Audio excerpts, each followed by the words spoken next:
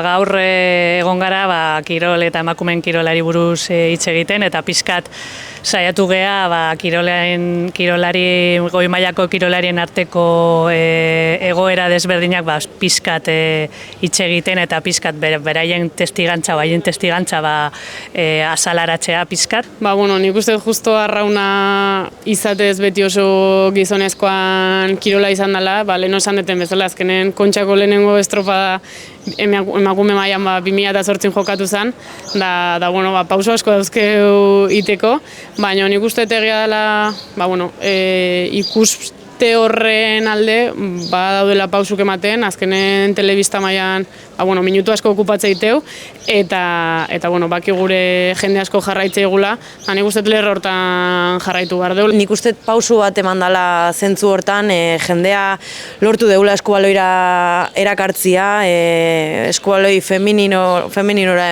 edo emakumezkoen eskubaloira engantzatzea, eta guk gure kantxan barruan ja ikusi dugu evoluzio bat, aurten Europan indegun ibilbidean ikaragarria izan da, gizarteak izan duen erantzuna, izugarrizko babesa jaso dugu, eta batez ere ikusi dugu baita jarraitza gaituzten aur neska eta mutilen kopuruan, ez? Bai ikustet neskak elkarren arten laguntziak asko iteula, eta nik ustet gure erronka handi bat dela batez pelotan neskak elkartzia, eta beste kirolekin ikusi ze puntutan dauden behaiek, eta guriakin elkarbanatu, eta nik uste horre erronka handi bat daula. Nik uste oraindik gizarteari falta zaiola, ez da? Emakumea kirolean ikustea, naturaltasunez, espazio gehiago uztea, aukera gehiago ematea, eta hori lortzen dugunean, orain arte bidea egiten ari gera, baina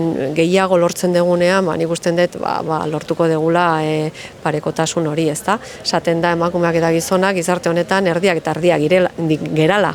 Orduan, ea hori lortzen dugun naturaltasunez.